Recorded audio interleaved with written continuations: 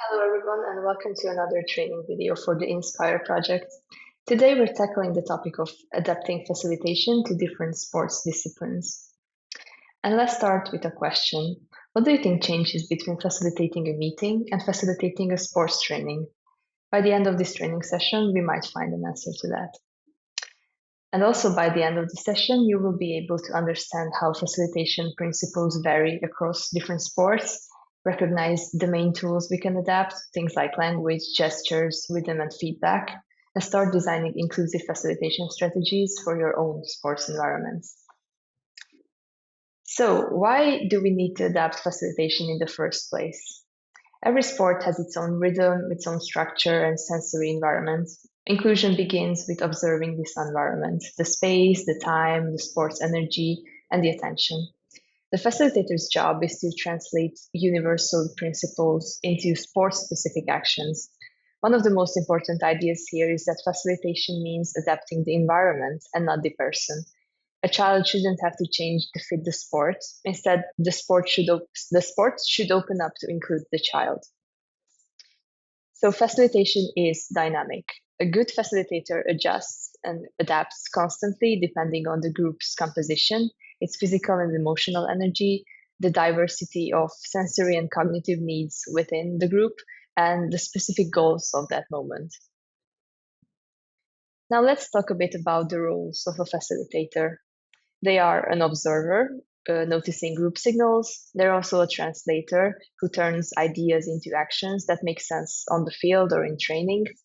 They're a connector, building trust and engagement. And they are a regulator, adjusting rhythm, tone, and intensity.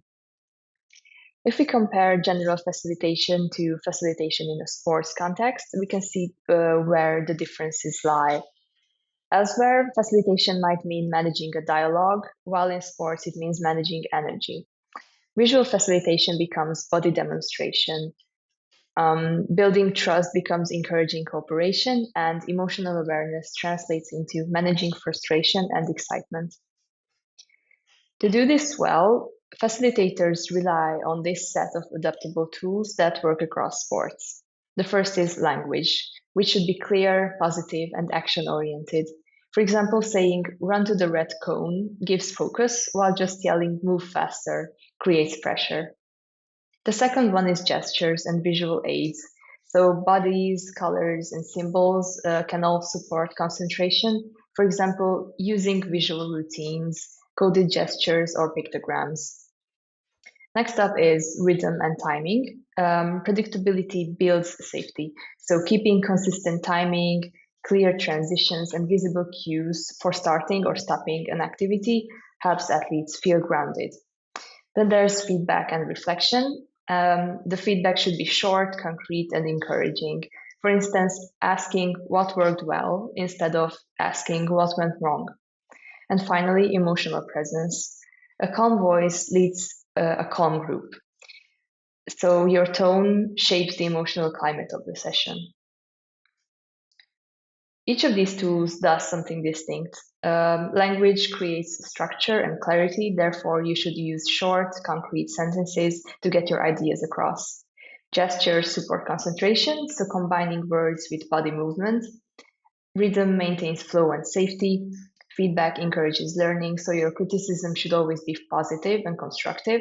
And finally, tone regulates the group's energy. Now let's look at how these tools play out in different sports with practical examples. In football, gestures and rhythm are key, for example, using consistent visual clues to coordinate passing. In swimming, visual aids matter the most, so things like pictograms, plays near the pool. In gymnastics, tone and rhythm are crucial, so a calm and steady voice helps athletes center themselves before routines. And in basketball, feedback has a key importance. So short, positive reinforcement after each play keeps motivation high. And finally, in Paralympic bocce, language and timing are the most important.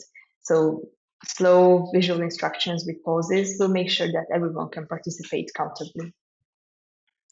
Now, when we talk about adapting for inclusion, the goal is to use multisensory channels and to create predictable structures to promote peer cooperation.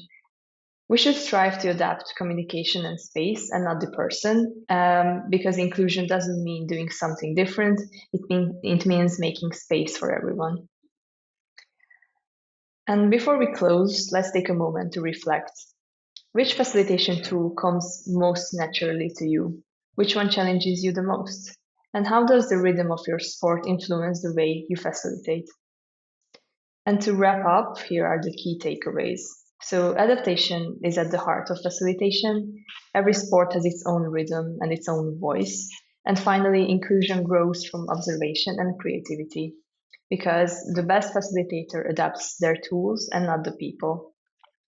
For your next session, try noticing which of these tools you use the most often. That might just be your unique facilitation signature. Thank you for your attention.